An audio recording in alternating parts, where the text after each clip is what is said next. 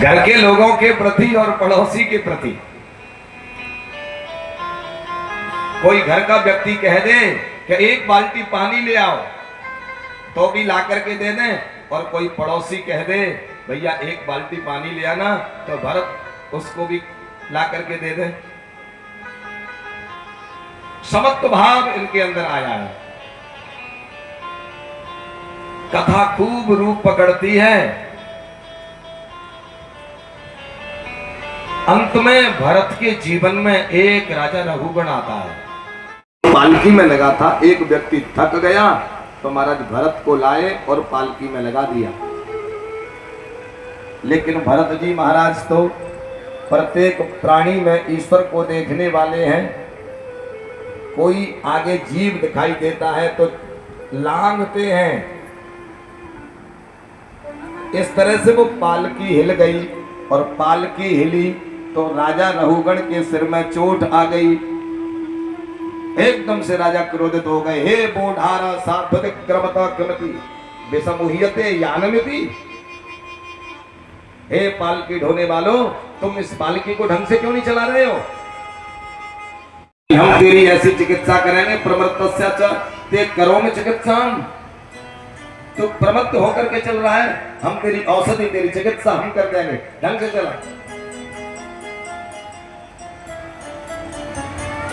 भरत जी महाराज सोचते हैं अब मुझे बोलना पड़ेगा, अब मुझे बोलना पड़ेगा, क्योंकि पहले इसी के कारण तो मैं मृग बना। ये रघुगण कौन है?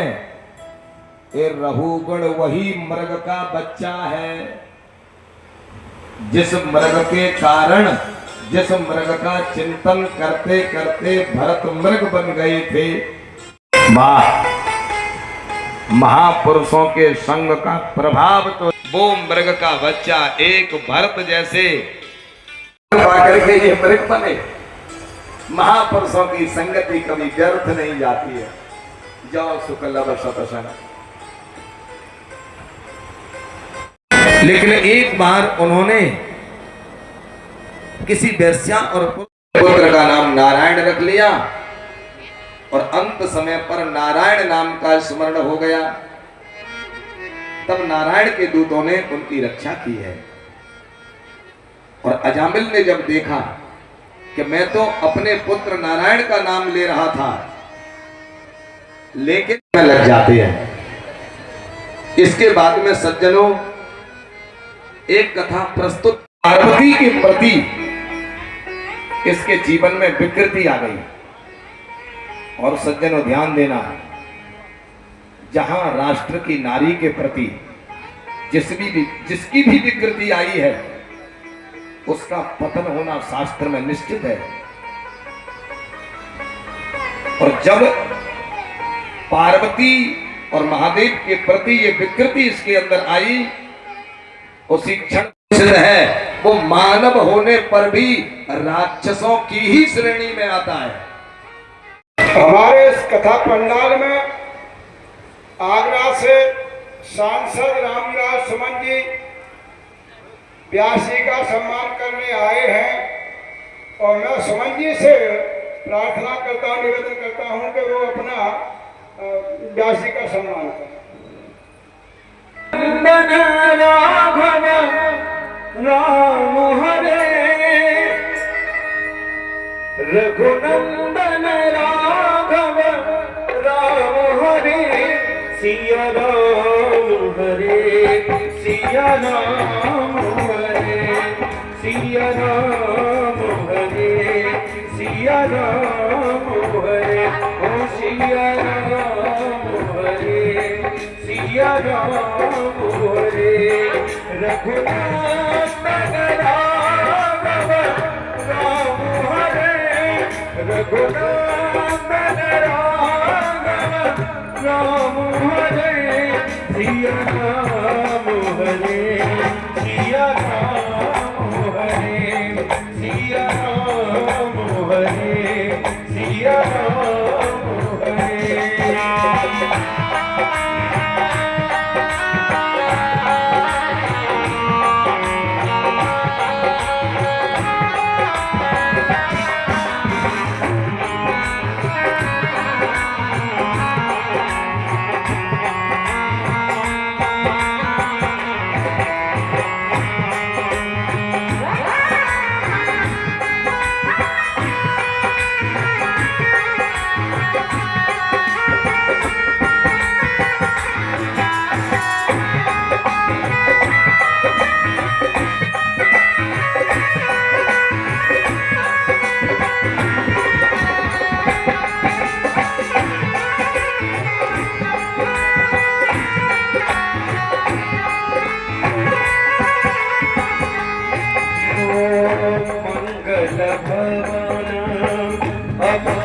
बलहारी प्रभु सदस रताजी नहीं खाऊ सुख उपाध्याय जी,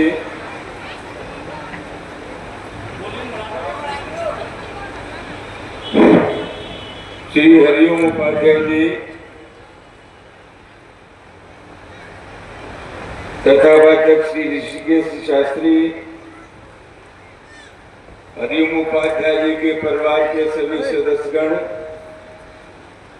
हमारे साथी सहयोगी भाई दिलीप मित्तल जी, यूपी उपाध्याय जी,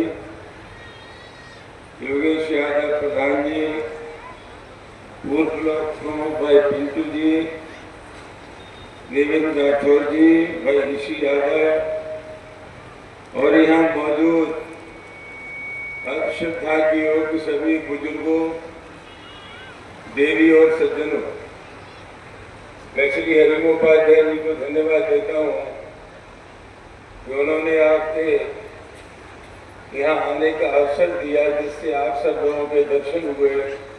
मैं अपनी ओर से आप सब लोगों का स्वागत करता हूँ, अभिनंदन करता हूँ। दोस्तों, सिर्फ ऐसा नहीं है कि धमश्री में ही एक भागवत कथा हो रही हो, पास पड़ोस के बगल के गांव में, पूरे जिले में, पूरे देश में ये भागवत कथाओं का दौर चल रहा है। और मुझे लगता ऐसा है कि कुछ समय ग्रामीण अंचल लोगों के पास ऐसा होता है जब लोग ये सोचते हैं कि आपाधापी की जिंदगी, रोजमर्रा की जिंदगी से निकलकर कुछ अच्छी बातें हम सुने, अच्छे सत्संग का अनुसरण करें, जिसकी वजह से हमें अपना मानस बदलने का अवसर मिले, अपना मिजाज बदलने का अवसर मिले। दोस्तों, जहाँ तक भागवत कथाओं का सवाल है, एक सबसे अच्छी परंपरा ये है कि गांव के सभी लोग मिल बैठ करके एक दूसरे के साथ मिलते हैं। डोला होते थे, नौटंकियां होती थी, भागवत कथाएं होती थी, और इन सब का मतलब सीधा सीधा ये होता था कि हमारा भाईचारा बढ़े। मैं एक निवेदन आपसे और करना चाहूँगा, ये भागवत कथाएं जो होती है, ये भागवत कथा है, खाली मनोरंजन का साधन नहीं है, दिल बहलाने का साधन नहीं है। इन कथाओं से हमें एक संदेश मिलता है, जीवन बदलने का पैगाम बदलता है। अब एक ही निवेदन आपसे करना चाहूँगा, भागवत कथाएं हमारे दिल को बदलती है, हमारे मन को बदलती है। व्यक्ति जब से पैदा हुआ है तो व्यक्ति के साथ विकार भी पैदा हुए हैं। ये मन के विकार दूर हो, रोजाना की आपाधापी की जिंदगी से हम सदमार्ग पर चलने की कोशिश करें, अच्छा जीवन जिए। और अब तक जो जीवन हम जी रहे थे, उस जीवन में हमने थोड़ा भी परिवर्तन कर लिया, तो मैं समझता हूँ यही भागवत कथाओं का सार है और यही सही मानो इसका मतलब है।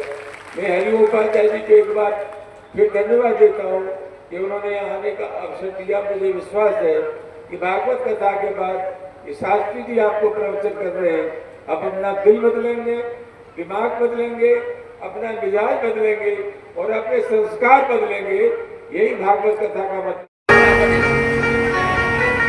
भाद्रपद भगवान श्री कृष्ण मथुरा में माता देवकी के गर्भ से अवतरित होते हैं।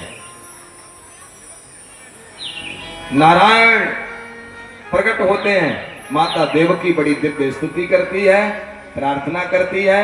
अंत में भगवान ने कहा कि मुझे ले जाओ यशोदा के यहाँ, और वहां यशोदा के पलंग पर योग माया है, उसे ले आना, मुझे वहां छोड़ आना, आगे का सब काम मैं देख लूंगा। तब वसुदेव जी महाराज कहते हैं, हम कैसे ले जाए, हमारे पैरों में तो ये जंजीरें बंधी हैं। भगवान कहते हैं, हमें तुम अपने सिर पर रख कर के तो देखो। और जैसे ही वसुदेव जी महाराज ने भगवान को अपने सिर पर विराजमान किया, उसी क्षण उनके पैरों की वो जंजीरें टूट गई, पहरेदार सो गए, दरवाजे खुल गए। वसुदेव जी महाराज भगवान को लेकर के मथुरा से गोकुल की तरफ चल पड़े हैं। रास्ते में माता यमुना और गोकुल में योग माया यशोदा माता के पलंग पर पड़ी है, मैया यशोदा सो रही है। योग माया को उठा लिया, कृष्ण को यशोदा के यहाँ छोड़ दिया। योग माया को लेकर के वसुदेव जी महाराज मथुरा में आ जाते हैं। कंस को पता लगता है। कंस उस योग माया, उस पुत्री का पैर पकड़ के पटकना चाहता है। हाथ से छूट करके आकाशवाणी हो गई, हे कंस तू मुझे क्या मारेगा, तुझे मारने वाला तो। इसके बाद अब देखते हैं उस ब्रज में क्या स्थिति है। हम और आप भी इस आनंद में सम्मिलित हो जाएं।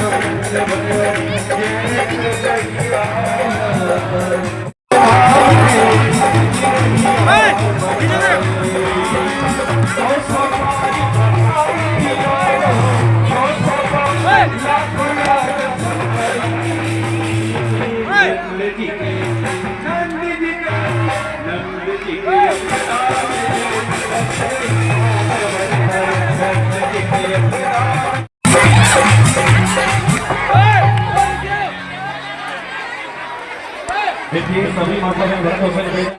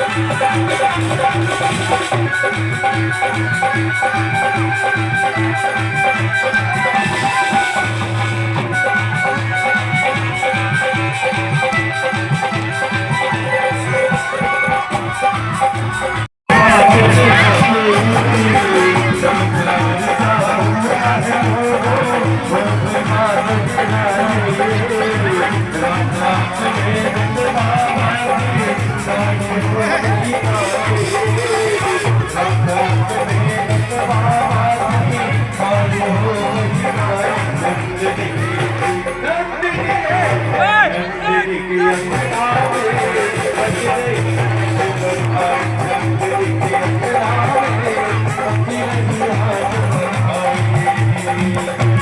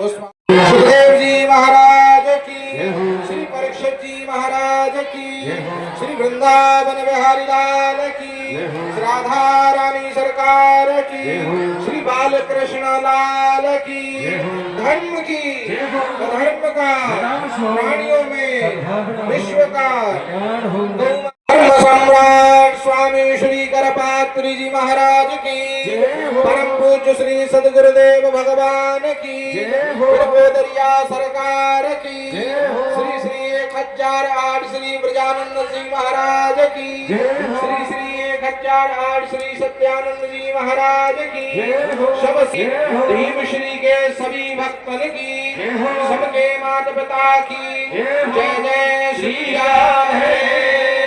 जी परिचय किस तरह से डॉकी कुंडोल में जय श्री राधे अखिल भारतवर्षीय धर्मसंघ गोस्वामी प्रकात्री फाउंडेशन धर्मराज परिषद एवं अखंड भारत संभावना ट्रस्ट की ओर से आपको एवं भारतवासियों को भूर भूर साधुवाद नमन।